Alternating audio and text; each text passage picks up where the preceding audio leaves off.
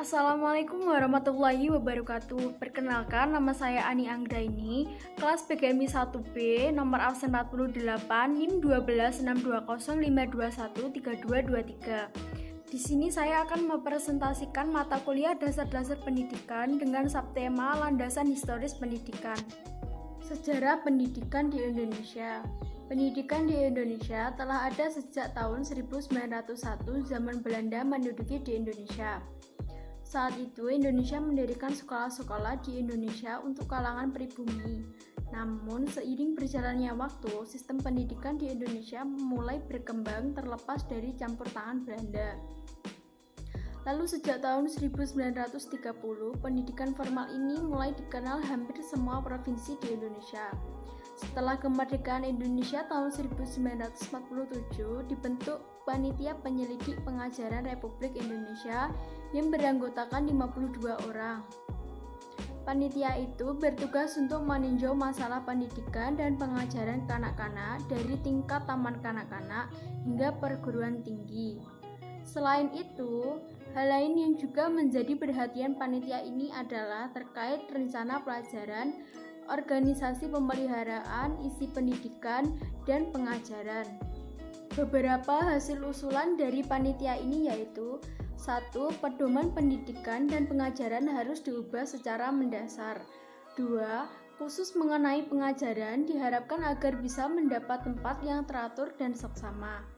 3. Mengenai pengajaran tinggi disarankan agar diadakan seluas-luasnya. 4. Disarankan agar diusahakan pengiriman pelajar-pelajar ke luar negeri. Setelah sistem pendidikan baru dibentuk, terdapat 4 tingkatan. 1. Pendidikan rendah. 2. Pendidikan menengah pertama. 3. Pendidikan menengah ke atas. Dan yang keempat, pendidikan tinggi. Isu-isu problematika histori pendidikan. 1. Masalah pemerataan pendidikan. Yang kedua, masalah mutu pendidikan. 3. Masalah otonomi daerah dalam bidang pendidikan. Dan yang terakhir, masalah kurikulum. Kurikulum pendidikan pada masa Orde Lama, Orde Baru, dan Reformasi. 1. Orde Lama. Pada Orde Lama, kurikulum di Indonesia mengalami 3 kali perubahan. Periode pertama, penetapan kurikulum ditetapkan tahun 1947, berlaku hingga tahun 1949. Periode kedua diterapkan pada 1952 hingga 1960. Periode ketiga, kurikulum ditetapkan pada 1960 hingga 1964. Pada masa Orde Lama, kurikulum bertujuan untuk menetapkan karakter kebangsaan yang disertai dengan tujuan politik penguatan ideologi kekuasaan Soekarno. 2. Orde Baru. Untuk masa Orde Baru, tujuan kurikulum adalah untuk memperkuat ideologi Pancasila dan pembangunan negara.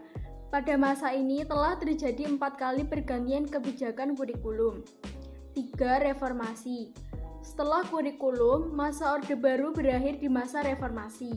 Telah terjadi pergantian kurikulum sebanyak 3 kali, yaitu B 2004, 2006, 2013. Bagi anak-anak yang berusia 3 tahun, mereka sudah dapat memasuki taman kanak-kanak.